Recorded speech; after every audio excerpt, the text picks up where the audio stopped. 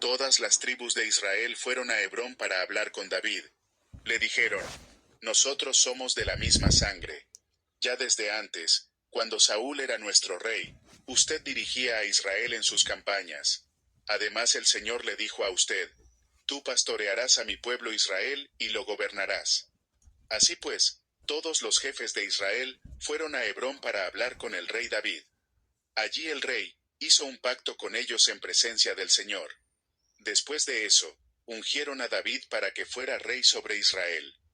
David tenía 30 años cuando comenzó a reinar y reinó 40 años. Durante 7 años y 6 meses fue rey de Judá en Hebrón.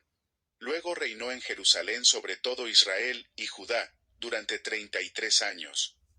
El rey y sus soldados marcharon sobre Jerusalén para atacar a los jebuseos que vivían allí.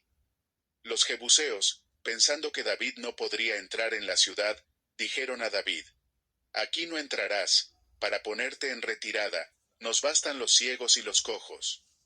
Pero David se apoderó de la fortaleza de Sión, que también se conoce como la ciudad de David. Aquel día David dijo: todo el que vaya a matar a los jebuseos, que suba por el acueducto, para alcanzar a los cojos y a los ciegos, los aborrezco. De ahí viene el dicho: los ciegos y los cojos no entrarán en el palacio. David se estableció en la fortaleza, y la llamó Ciudad de David. Luego construyó una muralla alrededor, desde el terraplén hasta el palacio. Y David se fortaleció más y más, porque el Señor Dios de los ejércitos estaba con él. Hiram, rey de Tiro, envió mensajeros a David, y también madera de cedro, canteros y carpinteros para construirle un palacio. Con esto David se dio cuenta de que el Señor, por amor a su pueblo, lo había establecido a él como rey sobre Israel, y había engrandecido su reino. Cuando David se trasladó de Hebrón a Jerusalén, tomó más concubinas y esposas con las cuales tuvo otros hijos y otras hijas. Los hijos que tuvo allí fueron Samúa, Sobab, Natán, Salomón, Ibjar, Elisúa, Nefeg, Jafía, Elisama, Eliadá y Elifelet. Al enterarse los filisteos de que David había sido ungido rey de Israel, subieron todos ellos contra él, pero David lo supo de antemano, y bajó a la fortaleza. Los filisteos habían avanzado, desplegando sus fuerzas en el valle de Refayín. Así que David consultó al Señor: ¿debo atacar a los filisteos? ¿Los entregarás en mi poder? Atácalos, respondió el Señor. Te aseguro que los entregaré en tus manos. Entonces David fue a Baal-Perasín, y allí los derrotó. Y David dijo: como se abren brechas en el agua, así el Señor ha abierto brechas a mi paso entre mis enemigos. Por eso aquel lugar se llama Baal-Perasín. Allí los filisteos abandonaron a sus ídolos, y David y sus soldados se los llevaron. Pero los filisteos volvieron a avanzar contra David, y desplegaron sus fuerzas en el valle de Refayín. Así que David consultó al Señor, y éste respondió: no los ataques de frente, sino rodéalos hasta llegar a los árboles de bálsamo, y entonces atácalos por la retaguardia. Tan pronto como oigas un ruido como de pasos sobre las copas de los árboles, lánzate al ataque, pues eso quiere decir que el Señor va al frente de ti, para derrotar al ejército filisteo. Así lo hizo David, tal como el Señor se lo había ordenado, y derrotó a los filisteos desde Geba hasta Geser. Una vez más, David reunió los 30.000 soldados escogidos de Israel. Con estos soldados y todo su ejército, partió hacia Balá de Judá para trasladar de allí el arca de Dios, sobre la cual se invoca su nombre, el nombre del Señor de los ejércitos que reina entre los querubines.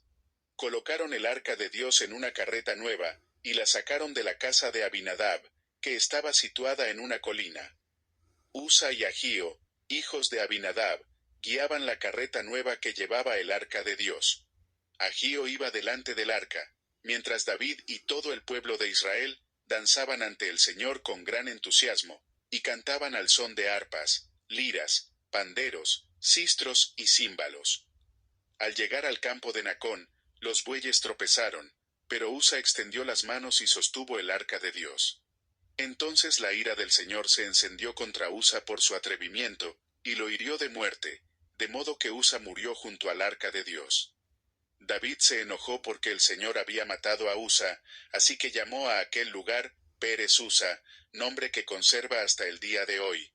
Aquel día David se sintió temeroso del Señor y exclamó: ¿Cómo voy a traerme el arca del Señor?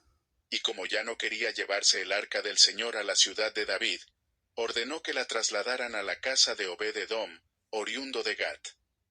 Fue así como el arca del Señor permaneció 3 meses en la casa de Obed-edom de Gat, y el Señor bendijo a Obed-edom y a toda su familia. En cuanto dijeron al rey David, que por causa del arca el Señor había bendecido a la familia de Obed-edom, y toda su hacienda, David fue a la casa de Obed-edom, y en medio de gran algarabía, trasladó el arca de Dios a la ciudad de David. Apenas habían avanzado 6 pasos, los que llevaban el arca del Señor, cuando David sacrificó un toro y un ternero engordado. Vestido con un efod de tela de lino, se puso a bailar ante el Señor con gran entusiasmo. Así que entre vítores y al son de trompetas, David y todo el pueblo de Israel llevaban el arca del Señor. Sucedió que al entrar el arca del Señor a la ciudad de David, la hija de Saúl, Mical, se asomó a la ventana, y cuando vio que el rey David estaba saltando y bailando delante del Señor, sintió por él un profundo desprecio. El arca del Señor fue llevada a la tienda que David había preparado. Allí la instalaron, y luego David ofreció holocaustos y sacrificios de comunión en presencia del Señor. Después de ofrecer los holocaustos y los sacrificios de comunión, David bendijo al pueblo en el nombre del Señor de los ejércitos. A cada uno de los israelitas que estaban allí congregados, que eran toda una multitud de hombres y mujeres, repartió pan, una torta de dátiles y una torta de pasas. Después de eso, todos regresaron a sus casas.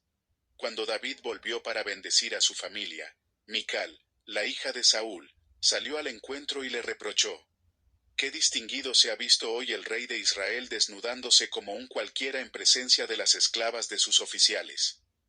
David respondió: «Lo hice en presencia del Señor, quien en vez de escoger a tu padre, o a cualquier otro de su familia, me escogió a mí, y me hizo gobernante de Israel, que es el pueblo del Señor.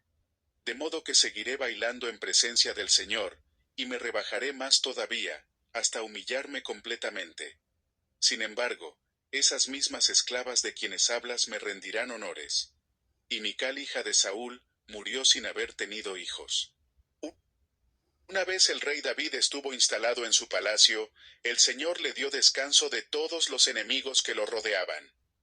Entonces el rey dijo al profeta Natán: «Como puedes ver, yo habito en un palacio de cedro, mientras que el arca de Dios se encuentra bajo el toldo de una tienda». «Bien», respondió Natán. «Haga usted lo que su corazón dicte, pues el Señor está con usted». Pero aquella misma noche la palabra del Señor vino a Natán y le dijo: «Ve y dile a mi siervo David que así dice el Señor: ¿serás tú acaso quien me construya una casa para que yo la habite? Desde el día en que liberé a los israelitas de Egipto, y hasta el día de hoy, no he habitado en casa alguna, sino que he andado de acá para allá, en una tienda a manera de santuario. Todo el tiempo que anduve con los israelitas, ¿acaso le reclamé a alguno de los gobernantes, a los que ordené pastorear a mi pueblo Israel, el no haberme construido una casa de cedro? Pues bien, dile a mi siervo David que así dice el Señor de los ejércitos: yo te saqué del redil para que, en vez de cuidar ovejas, gobernaras a mi pueblo Israel. Yo he estado contigo por donde quiera que has ido, y he aniquilado a todos tus enemigos. Y ahora voy a hacerte tan famoso como los más grandes de la tierra. También voy a designar un lugar para mi pueblo Israel, y allí los plantaré para que puedan vivir sin sobresaltos. Sus malvados enemigos no volverán a oprimirlos como lo han hecho desde el principio, desde el día en que nombré líderes sobre mi pueblo Israel. Y a ti te daré descanso de todos tus enemigos. Pero ahora el Señor te hace saber que será Él quien te construya una casa. Cuando tu vida llegue a su fin, y vayas a descansar entre tus antepasados, yo pondré en el trono a uno de tus propios descendientes, y afirmaré su reino. Será Él quien construya una casa en honor de mi nombre, y yo afirmaré el trono de su reino para siempre. Yo seré su padre, y él será mi hijo. Así que, cuando haga lo malo, lo castigaré con varas y azotes, como lo haría un padre. Sin embargo, no le negaré mi amor, como se lo negué a Saúl, a quien abandoné para abrirte paso. Tu casa y tu reino durarán para siempre delante de mí. Tu trono quedará establecido para siempre. Natán comunicó todo esto a David, tal como lo había recibido por revelación. Luego el rey David se presentó ante el Señor y dijo: Señor y Dios, ¿quién soy yo, y qué es mi familia para que me hayas hecho llegar tan lejos? Como si esto fuera poco, oh Señor y Dios, has hecho promesas a este tu siervo en cuanto al futuro de su casa. Tal es tu plan para con los hombres, mi Señor y Dios. ¿Qué más podría decir tu siervo David que tú no sepas, Señor mi Dios? Has hecho todas estas grandes maravillas en cumplimiento de tu palabra, según tu voluntad, y las has dado a conocer a tu siervo. Qué grande eres, mi Señor y Dios. Nosotros mismos hemos aprendido que no hay nadie como tú, y que aparte de ti no hay Dios. ¿Y qué nación se puede comparar con tu pueblo Israel? Es la única nación en la tierra que tú has redimido para hacerla tu propio pueblo, y para dar a conocer tu nombre. Hiciste grandes y asombrosas maravillas cuando al paso de tu pueblo, al cual redimiste de Egipto, expulsaste a las naciones y a sus dioses. Estableciste a Israel para que fuera tu pueblo para siempre, y para que tú, Señor, fueras su Dios. Y ahora, Señor y Dios, reafirma para siempre la promesa que has hecho a tu siervo y a su casa. Cumple tu palabra para que tu nombre sea siempre exaltado, y para que todos digan: El Señor de los ejércitos es Dios de Israel.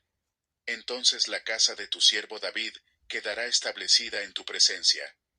Señor de los ejércitos, Dios de Israel, tú le has revelado a tu siervo el propósito de establecerle una casa, y por eso tu siervo se ha atrevido a hacerte esta súplica. Oh Señor y Dios, tú eres Dios, y has prometido tanta bondad a tu siervo. Tus promesas son fieles. Dígnate entonces bendecir a la familia de tu siervo, de modo que bajo tu protección exista para siempre, pues tú mismo, Señor y Dios, lo has prometido. Si tú bendices la dinastía de tu siervo, quedará bendita para siempre.